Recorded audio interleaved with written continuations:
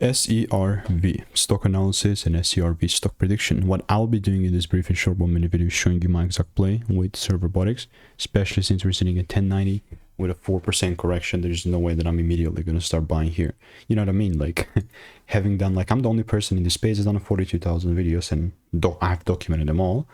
But bro, unless I see this confirmation, there's no way I'm buying. Like, no way that I'm just going to immediately buy randomly. So waiting for a double break, and if that's not the case, then I guess I'll be patient and follow when the price gives me the rules. Because like I mentioned time and time again, I am a very process driven person. Like, I'm going to stick to my rules because I know, because I've tested it and refined for so many times this formula and strategy. I'm going to stick to it. If you give me a formula, I'm sticking to it.